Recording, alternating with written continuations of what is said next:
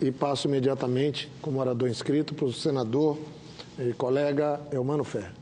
A palavra como orador inscrito. Em seguida, o senador Theomário Mota.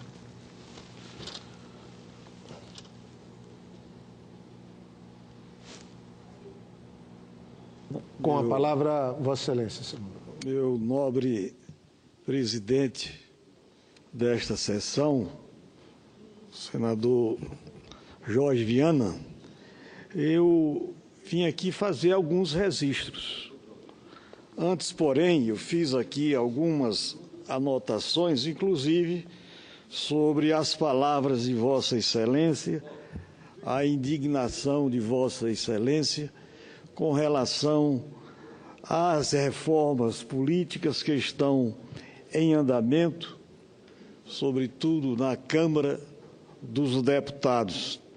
A indignação de Vossa Excelência, que também é minha, com relação a este fundo público que está sendo criado, fundo eleitoral, está sendo criado na Câmara dos Deputados e que vem para cá, onde nós vamos estabelecer um grande debate. Mas, senhor presidente, senhoras e senhores senadores, a realidade é que se deixou para discutir a reforma política no apagar das luzes, quando realmente o tempo estava contra qualquer reforma séria que a sociedade está a exigir.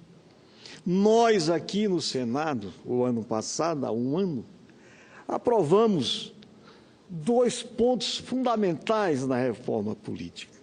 Um, que trata da cláusula de barreira. Não vejo a sobrevivência de um presidencialismo com tantos partidos políticos, como que temos hoje no Brasil, e mais de 50 na lista a ser criados novos partidos. Não dá para a sobrevivência do regime presidencialista com tantos partidos políticos, que tem seus donos, tem suas maneiras de... Enfim, não quero mais me reportar. E também aprovamos aqui nesta casa o fim das eleições proporcionais.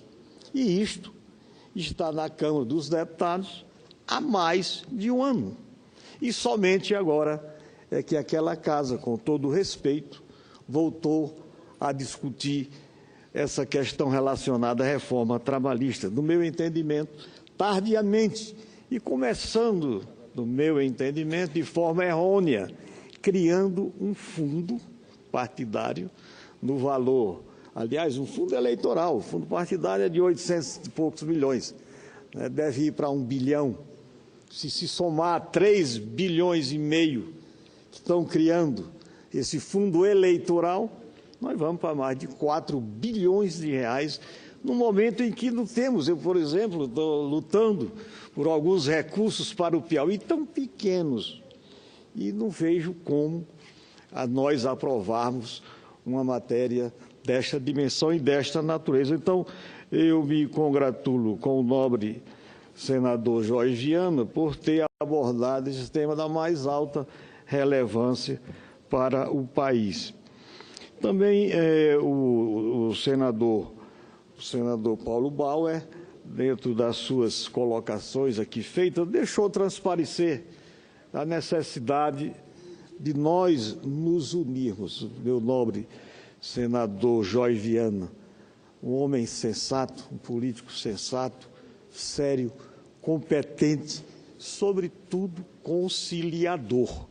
E eu, ao longo desses... Agradeço muito suas palavras. Eu não sei se sou merecedor, mas trabalho intensamente para pelo menos ser merecedor de parte dessa referência que Vossa Excelência faz sobre a minha atuação aqui no Senado. Fui prefeito, fui governador, sempre procurei honrar os cargos que ocupei e o mesmo faço aqui no Senado. O momento é de extrema dificuldade. Eu falo, às vezes, o Brasil está exigindo cada um de nós o que temos de melhor, mas tem gente que fica oferecendo o que tem de pior. Então, Vossa Excelência falando essas palavras me estimula a seguir trabalhando e eu sei da seriedade sua aqui, nos ajudando também a fazer com que o Brasil vença esse período de dificuldade. Eu falo que eu sou testemunha do gesto de grandeza de Vossa Excelência em momentos difíceis que nós passamos o ano passado e continuamos a passar. Então, Vossa Excelência é assim um espírito conciliador, talvez por essa grande experiência já vivida como prefeito, como governador e hoje como senador da República.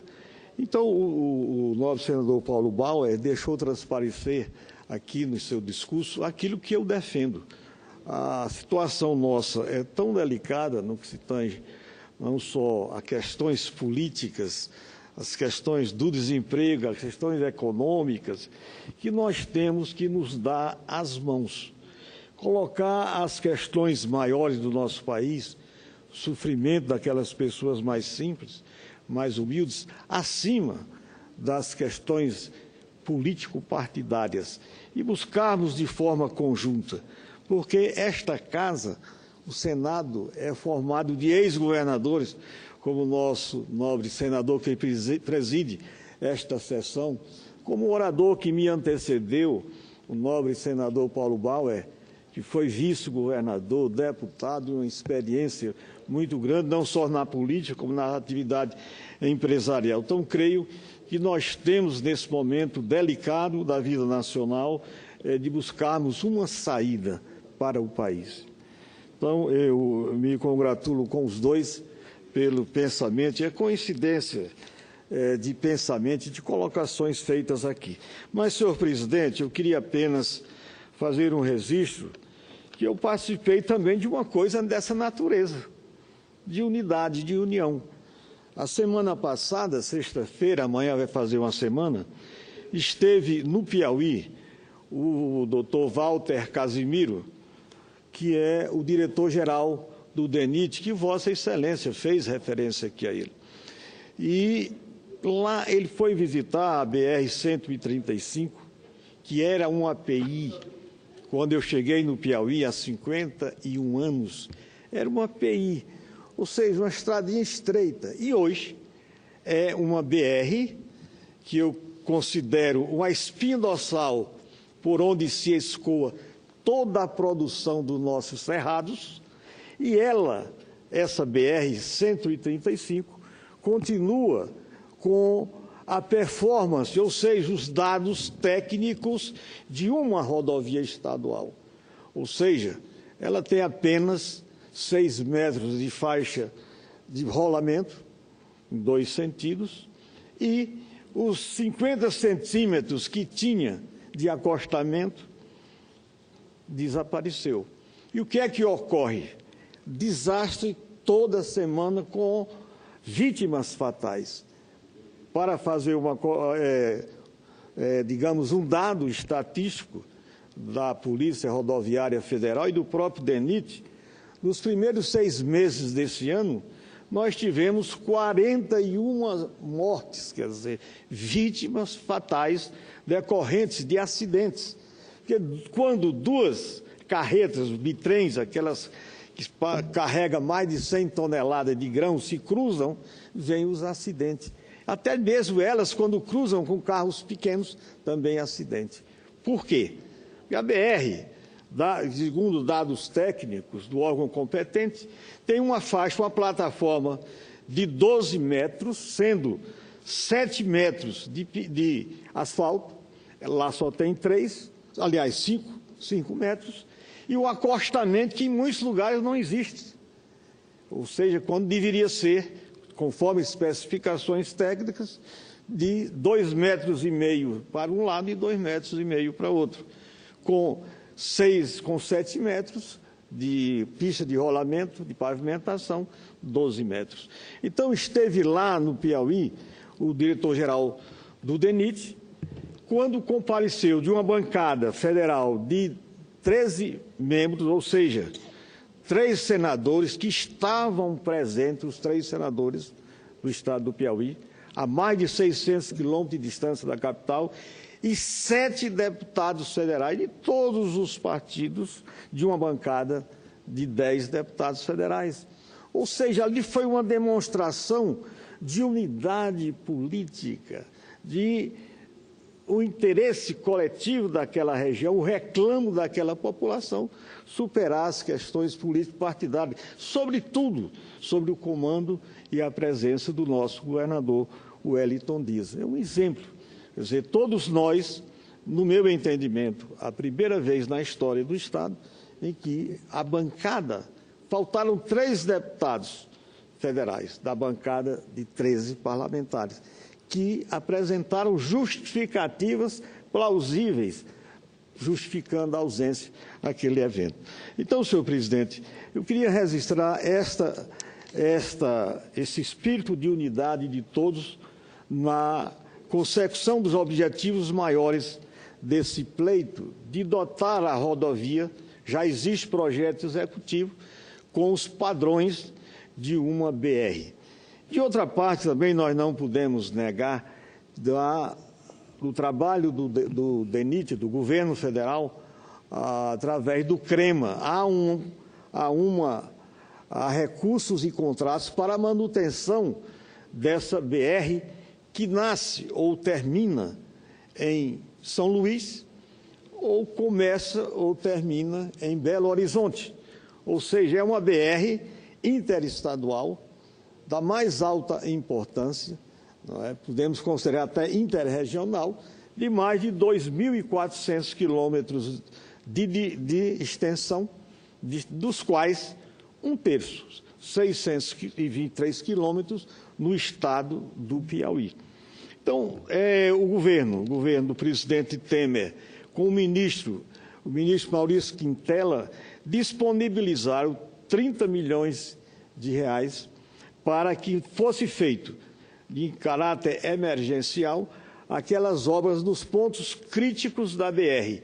E, a partir do próximo ano, em decorrência de uma emenda de bancada de todos nós, senadores e deputados federais, fazer a BR dentro dos padrões de uma BR. Eu considero isso um avanço, uma conquista. Antes, porém, eu queria ressaltar a mobilização popular dos movimentos sociais, sobretudo dos prefeitos daquela região, que chegaram a fazer um trabalho que a imprensa nacional, desde a Globo, o SBT, enfim, outros canais de televisão, trazer uma matéria da mais alta relevância que mobilizou não só nós outros, que já tínhamos ciência e estávamos engajados com o problema, como o próprio governo federal.